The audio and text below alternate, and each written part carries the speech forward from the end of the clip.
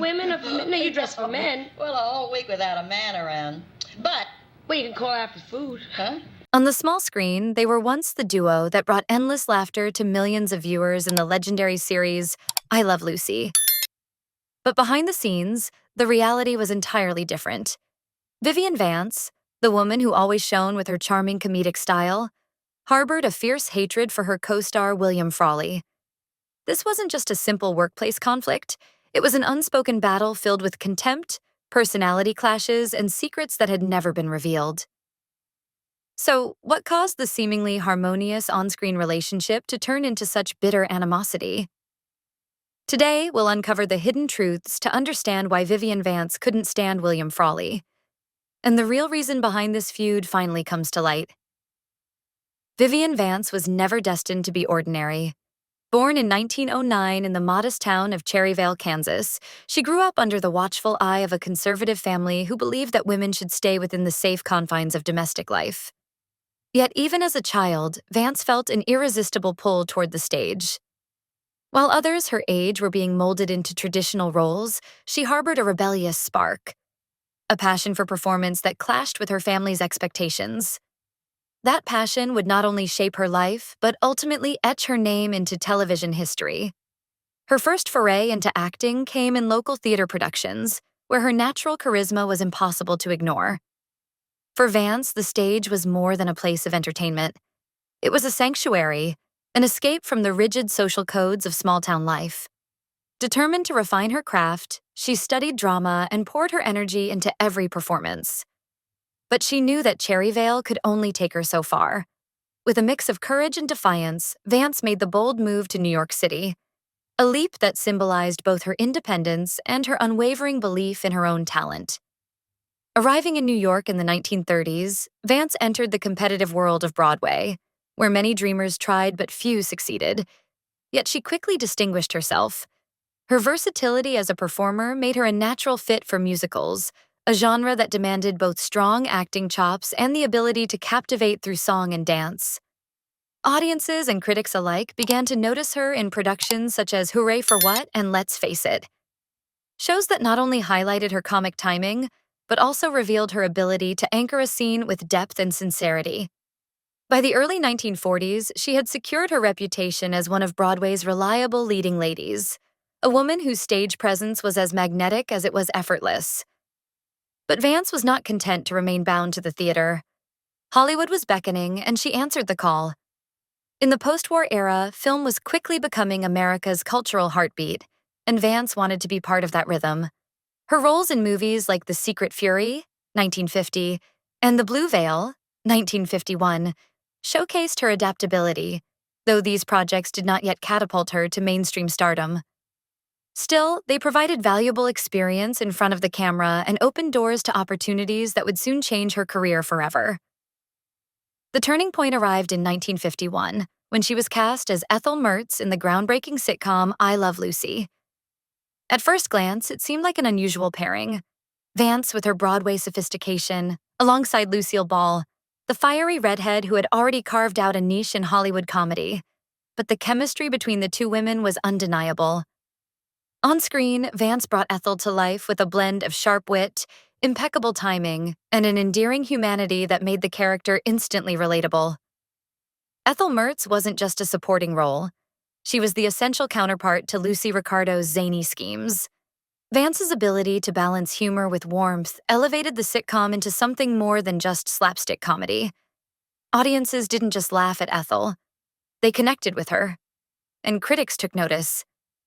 In 1954, Vance won the Emmy Award for Outstanding Supporting Actress, becoming one of the first performers to be recognized for excellence in television comedy. What made her performance truly remarkable was the way she redefined the image of the sidekick. Until then, supporting characters in sitcoms were often flat, existing only to prop up the star. Vance broke that mold.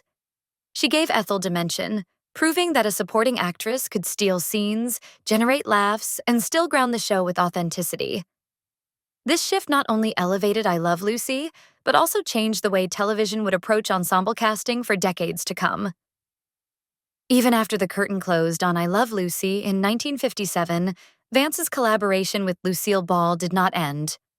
The two reunited in The Lucy Show, where Vance continued to charm audiences with her impeccable comedic instincts. Their partnership was more than professional. It was rooted in genuine respect and affection. Behind the scenes, they forged a bond that transcended the sometimes cutthroat nature of Hollywood. It was this chemistry, both on-screen and off, that ensured their work would remain timeless.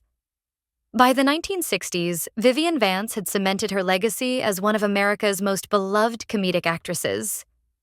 Yet her influence went far beyond the laughs.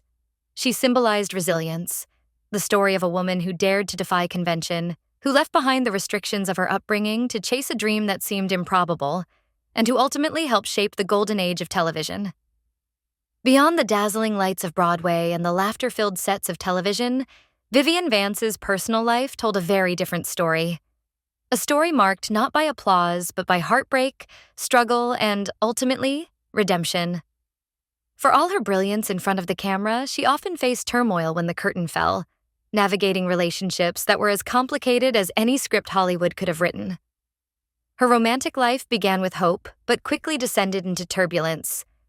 Vance's early marriages, though rarely discussed in detail, hinted at her longing for stability in a world that constantly demanded reinvention. Yet it was her third marriage, to actor Philip Ober, that left the deepest scars. On the surface, Ober appeared to be the perfect partner, charming, ambitious, and well-connected in the industry. But behind closed doors, the relationship was anything but idyllic. Accounts from those who knew Vance during the 1940s and 1950s suggest a marriage riddled with jealousy and emotional volatility. Some colleagues whispered that Ober resented his wife's growing fame, believing her success eclipsed his own. Rumors circulated that he attempted to control not only her career choices, but also her friendships, especially her close bond with Lucille Ball. Imagine the weight Vance must have carried. By day, she portrayed the witty and resilient Ethel Mertz, a character adored by millions. But by night, she endured a toxic home life that left her drained and vulnerable. One particularly vivid anecdote, whether fact or myth remains debated, suggests that during a heated argument, Ober once tore up one of Vance's Emmy acceptance speeches, telling her she owed everything to him. If true, such an act of cruelty would only underscore the stark contrast between her public triumphs and private sorrows. Even if exaggerated, the story reflects the atmosphere of tension that haunted their nearly two-decade marriage. By the late 1950s, however, Vance found the courage to break free. The divorce from Ober in 1959 was not just a legal separation, but a symbolic act of reclaiming her independence. Friends close to her at the time described her as both terrified and liberated, stepping into a new chapter with the determination that had once carried her from Kansas to New York. Still, the emotional toll was immense. For years, she had hidden her pain behind laughter, but those closest to her knew the scars ran deep. Then, almost as if fate finally decided to reward her resilience, John Dodds entered her life. Their meeting in 1961 felt like the turning point in a long and difficult journey. Dodds was not a Hollywood insider, not another actor seeking the limelight, but a publisher with a steady temperament and a quiet strength. To Vivian, he represented something she had never truly known: unconditional support. Unlike her previous relationships, Dodds encouraged her individuality rather than stifling it. He celebrated her achievements without envy and provided a safe harbor when the pressures of fame became overwhelming. Some have even speculated that without Dodds by her side, Vance might never have found the courage to continue performing during the later years of her career. Together, they built a partnership grounded in trust, mutual respect, and, most importantly, peace. Those who visited the couple in their home in Connecticut often spoke of the warmth that radiated from their household. Gone were the tense silences and jealous confrontations of the past. By the late 1960s and into the 1970s, Vivian Vance had finally achieved what so many in Hollywood never did: balance. After years of personal upheaval and professional uncertainty, she now lived with a sense of stability, thanks to John Dodds and the legacy she had already carved into television history.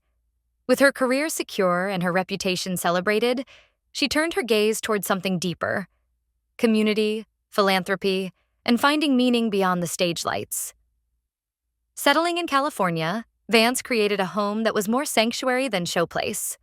While many of her peers chased the fading embers of fame, she deliberately stepped away from Hollywood's relentless carousel. Friends often remarked on how she preferred small gatherings to glittering parties, and how she would rather host an intimate dinner than walk a red carpet. Yet she never abandoned her love of performance. From time to time, she returned to the screen for guest appearances, television specials, or nostalgic reunions with Lucille Ball. Moments that reminded audiences of the magic they had once shared. But Vance's greatest joy in those later years came not from the spotlight, but from her ability to give back. She supported local theaters, mentored young actors, and became involved in charity work. Some of her closest companions claimed she was particularly drawn to helping women who, like her younger self, felt trapped by circumstance or silenced by convention. She never wanted anyone to feel powerless. One friend later recalled, "She knew what that was like, and she refused to let it define her." Yet even as she built this quieter, more meaningful life, a shadow loomed. In the early 1970s, Vance was diagnosed with breast cancer. At first, she approached the disease with the same determination that had carried her from Kansas to Broadway and beyond. She underwent treatments, adjusted her routines, and even tried to maintain her public appearances so that fans would not see how much she was suffering. Behind closed doors, however, the battle was grueling. John Dodds became her constant companion, caring for her with unwavering devotion. Their home, once filled with the laughter of friends and the occasional rehearsals for a charity show, became a fortress of resilience. Some evenings, Vance reportedly insisted on reading scripts aloud or practicing comedic sketches, almost as if willing herself to remain the vivacious performer audiences had always adored. One particularly poignant "what if" lingers in her story. What if her health had remained strong? Might she have starred in a new sitcom in the 1970s, perhaps reinventing herself for a younger generation? There were whispers that television producers had approached her with offers, hoping to capitalize on the nostalgia of I Love Lucy while crafting fresh narratives around her comedic brilliance. Had she been well enough, perhaps Vivian Vance would have added another remarkable chapter to her career. Instead, illness forced her into retreat.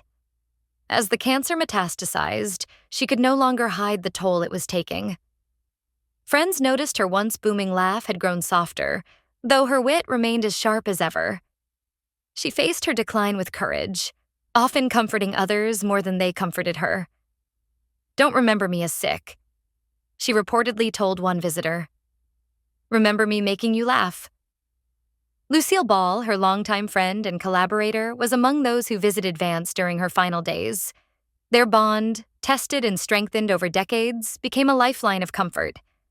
Some accounts suggest that Ball sat by her bedside, holding her hand, both women reflecting on the improbable journey that had turned them into household names. Imagine the poignancy of those moments. The two women who had defined an era of comedy, now sharing quiet, tearful goodbyes. On August 17, 1979, at the age of 70, Vivian Vance passed away in her California home. The news rippled through Hollywood and beyond. For many, it was as if a piece of television's golden age had been lost forever. Fans mourned not only the actress, but the warmth, humor, and resilience she had embodied. Tributes poured in from fellow actors, journalists, and everyday viewers who felt as though they had lost a friend. Her death raised one more haunting "what if?" What if Vance had lived longer? Long enough to witness the resurgence of classic television in the 1980s and 1990s, when reruns of I Love Lucy captivated a new generation? She might have enjoyed the recognition of her trailblazing contributions while alive, basking in the knowledge that her work continued to inspire laughter decades later. Instead, her legacy was celebrated in her absence, leaving admirers to imagine the conversations, interviews, and performances that would never be. Yet in a way, Vivian Vance never truly left. The reruns of I Love Lucy kept Ethel Mertz alive, ensuring that new audiences continued to discover the quick-witted, endlessly relatable woman she brought to life. Off-screen, her resilience in the face of personal struggles and illness turned her into something more than a comedian. She became a symbol of endurance, a reminder that even behind the brightest laughter can lie the deepest strength. If Vivian Vance's personal life was marked by hardship and redemption, her professional life carried its own hidden battlefield, one that played out not in headlines, but in the tense silences and sharp glances exchanged on the set of I Love Lucy. For millions of viewers, the partnership of Ethel and Fred Mertz was comedy gold, a bickering but lovable couple who felt as real as the Ricardos themselves. Yet behind the laughter, the relationship between Vivian Vance and William Frawley was anything but warm. It was, by most accounts, outright war. The animosity began with the very foundation of their casting. Vance, then in her early 40s, still retained a vitality and elegance that she valued deeply. To her, being paired as the wife of Frawley, who was more than 20 years her senior, balding, and known for his rough edges, felt insulting. It was absurd, she confided to close friends, that anyone would believe a woman like me would be married to a man like that. While she may never have said those words publicly, the sentiment was unmistakable. What she viewed as a professional slight quickly became personal. Frawley, for his part, did not take the criticism lightly. A seasoned vaudevillian with decades in the industry, he bristled at what he perceived as arrogance from his younger co-star. He prided himself on being a no-nonsense performer, someone who could memorize lines quickly, hit his marks, and deliver laughs without fuss. To him, Vance's insistence on rehearsing and refining scenes was unnecessary, an indulgence. To her, his casual approach reeked of laziness. From the very first season, the friction was palpable. Add to this volatile mix Frawley's well-documented drinking habits. Colleagues recalled him sipping alcohol between takes, sometimes slurring or stumbling through lines. Vance, who valued professionalism, saw it as an intolerable breach of discipline. What if Frawley's behavior had caused a production delay? What if it had derailed a critical scene? To her, the risks were unforgivable. To him, it was simply the way he worked, and anyone who objected was overly self-righteous. The result was a spiral of disdain that only deepened with time. Vance privately dismissed Frawley as a relic, sloppy and unworthy of me, while he retaliated with barbed nicknames and biting jokes at her expense. Their dislike grew so intense that it bled into their contracts. Frawley reportedly demanded a clause that if Vance ever left the series, he would refuse to work with her on any future project. It was an extraordinary level of animosity, the kind rarely put in writing. And yet, ironically, this off-screen bitterness may have fueled their on-screen brilliance. The sharp banter, the exasperated sighs, the endless bickering between Ethel and Fred felt authentic because, in many ways, it was. What if their animosity had not existed? Would I Love Lucy have lost some of its comic tension? Would the Mertzes have felt too polished, too artificial? The very venom that made working together miserable may have been the secret ingredient that made the characters unforgettable. But the feud did not soften with time. Even after the original run of I Love Lucy ended, the hostility simmered. Gossip columns speculated endlessly about their mutual contempt. Stories circulated that Frawley took grim satisfaction when he heard of Vance's cancer diagnosis, just as Vance was rumored to have celebrated with a toast upon hearing of his death in 1966. Whether these tales were exaggerated or not, they painted a picture of a grudge so deep that even mortality could not mend it. Behind the legends, however, lies a more complicated question. Did their mutual hatred overshadow their legacies? For fans, Fred and Ethel Mertz remain one of television's greatest duos, a pair whose comedic rhythm rivaled even Lucy and Ricky. Yet, knowing what we know now, it's impossible not to watch their scenes without wondering what daggers were flying just beneath the surface. Some what-ifs linger tantalizingly in the air. What if Vance and Frawley had managed to set aside their differences and find common ground? Could they have starred in a spin-off series that carried the Mertzes into new adventures? CBS reportedly floated the idea, but it collapsed under the weight of their feud. What if they had embraced the concept instead? The Mertzes might have become as iconic as the Ricardos themselves, shaping sitcom history in entirely new ways. Instead, what history remembers is a paradox. Two actors who despised each other so deeply that their hatred became part of Hollywood lore. yet who managed to create one of television's most enduring comedic marriages. Their partnership was proof that chemistry on screen does not always mirror reality, and that sometimes conflict can produce art that harmony never could. In the end, Vivian Vance and William Frawley will forever be bound together, not by affection but by the characters they immortalized. Ethel and Fred may have bickered endlessly, but in the living rooms of millions of viewers, they were family. And perhaps that is the greatest irony of all. While their feud consumed them personally, it gave the world something priceless: laughter that has outlived them both. As the curtain falls on the story of Vivian Vance and William Frawley, what remains is a paradox that continues to fascinate television historians and fans alike. On screen, they gave the world a comedic marriage so authentic that it felt plucked from everyday life. Off-screen, they lived in a state of near-constant hostility, bound together by contracts and circumstance rather than affection. And yet, perhaps it was precisely this tension, the sharp edges, the unspoken bitterness that made their performances shimmer with such believability. Time has only deepened the intrigue. Decades after I Love Lucy first aired, reruns still draw in new generations, who laugh at Fred and Ethel without knowing the battles raging behind the camera. But once the truth is revealed, the laughter becomes tinged with curiosity, even disbelief. How could two people who despised each other so profoundly still manage to create something so timeless? What if they had managed to bury the hatchet? Could we have seen a legendary spin-off that elevated the Mertzes into their own spotlight? Or perhaps even more tantalizing, what if their animosity had boiled over and destroyed the show altogether? Hollywood thrives on contradictions, and Vivian and William embodied one of its greatest. She, elegant and meticulous, determined to prove her worth beyond the shadow of Lucy Ricardo. He, gruff and battle-worn, clinging to old-school methods and a bottle of whiskey for comfort. Together they made magic, even if it came at the cost of personal peace. And so, their story leaves us with questions that stretch beyond gossip or scandal. Can great art be born from animosity? Do we, as audiences, benefit when actors channel their private resentments into their performances? Or is this simply another Hollywood tragedy, where personal wounds are forever hidden beneath the laughter they helped create? Now, it's your turn. What do you think about the infamous feud between Vivian Vance and William Frawley?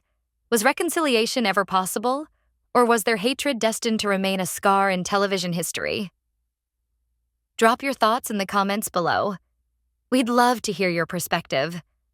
And if you enjoyed uncovering this behind-the-scenes drama, don't forget to hit like and subscribe. More untold stories of the stars are coming your way, each revealing the surprising truths behind Hollywood's brightest smiles.